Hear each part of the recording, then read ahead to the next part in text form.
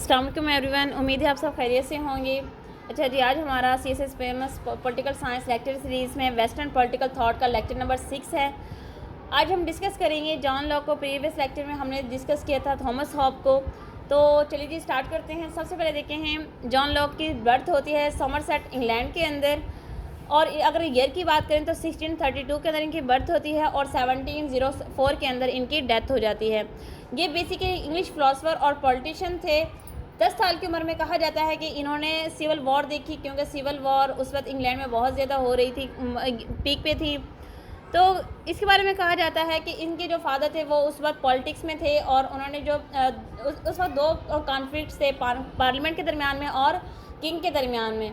तो इनके जो फादर थे वो न्यूट्रल होके वो पार्लियामेंट की तरफ चले गए, और उनकी सारी की सारी फेवर कहाँ पे चली गई? पार्लियामेंट की तरफ से। फिर होता कुछ इस तरह से है, जो इनका ब्रॉटअप था, इनकी जो अपब्रिंगिंग थी, इनकी परवरिश कहाँ पे होती है? एक एंटी रॉयलिस्ट माहौल में होती है, और ये इम्पीरियल मेंटालिटी के पर्सन होते हैं, एक्सपीरियंस करते हैं सिविल वार को, and he supported anti royalist. ज़ाहिर है जिस माहौल में पले हैं फिर उसी माहौल को ये सपोर्ट करते हैं।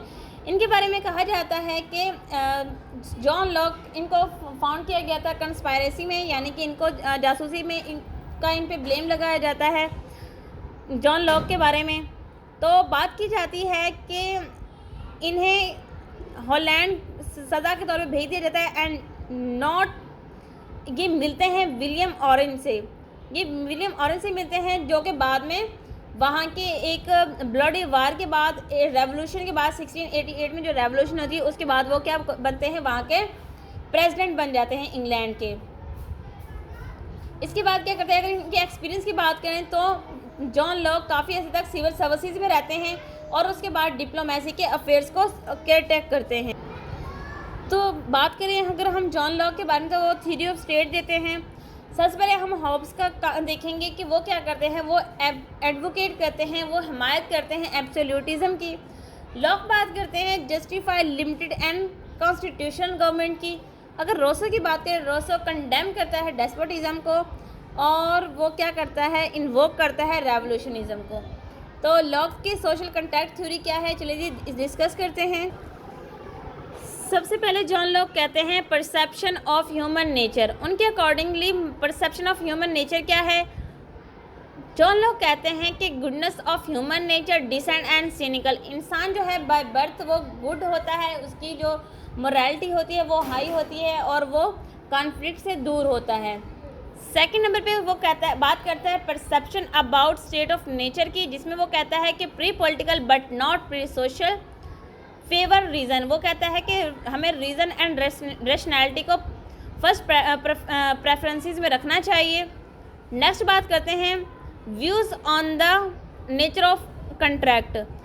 कंट्रैक्ट जो है वो किस तरह का होना चाहिए? कहते हैं contract is specific not general.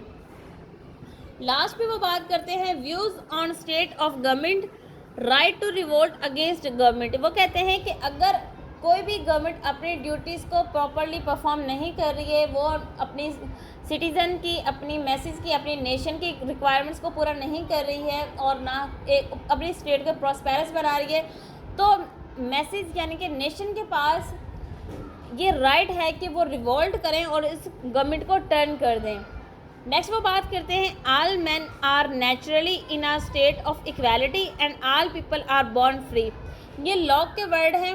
वो कहते हैं कि इंसान जो है वो फ्रीडम की बात करते हैं, लिबर्टी की बात करते हैं। वो कहते हैं कि इंसान जो है बाय बर्थ वो फ्री पैदा हुआ है, तो हम उसे कभी भी जंजीरों में जकड़ के नहीं रख सकते। नेक्स्ट अगर हम बात करें तो जॉन लॉक कहते हैं state of nature is the state of goodwill, mutual assistance and preservation of peace. People did not indulge in Wars. कहते हैं कि इंसान को म्यूचुअल अंडरस्टैंडिंग के साथ चलना चाहिए, कोऑपरेटिव होना चाहिए, और कोलैबोरेशन के साथ चलना चाहिए, वॉर्स को अवॉइड करना चाहिए। फिर इन पर क्रिटिसिज्म भी की गई है। कहते हैं कि जॉन लॉक जो है वो अनरियलिस्टिक है। यानी कि अनरियलिस्टिक का मतलब क्या है? क्योंकि जब इंसान किसी भी स्टेट में एग्जिस्ट करता है, रहता है, तो वहाँ पे वॉर्स भी होती हैं, कॉन्फ्लिक्ट्स भी होती हैं, वहाँ पे डाइवर्सिफिकेशन भी होती है। तो ये अनरियलिस्टिक इसकी थ्योरी है। नेक्स्ट नंबर पे बात करते हैं बैकवर्ड लुकिंग उनकी जो थ्योरी है वो बैकवर्ड है, उनमें कोई भी मॉडर्निटी नहीं पाई गई और वो अकॉर्डिंग टू क्राइटेरिया नहीं है, वहाँ पे कोई किसी किस्म की कोई भी मॉडर्निटी नहीं है। सेकंड नंबर पे बात करें, वो सिर्फ एलिट क्लास की बात करते हैं, उनकी अप्रोच सिर्फ एलिट क्लास के लिए है, लोअर क्लास की कहीं पे भी मेंशनिंग नहीं मिलती। लास्ट में अगर हम बात करें,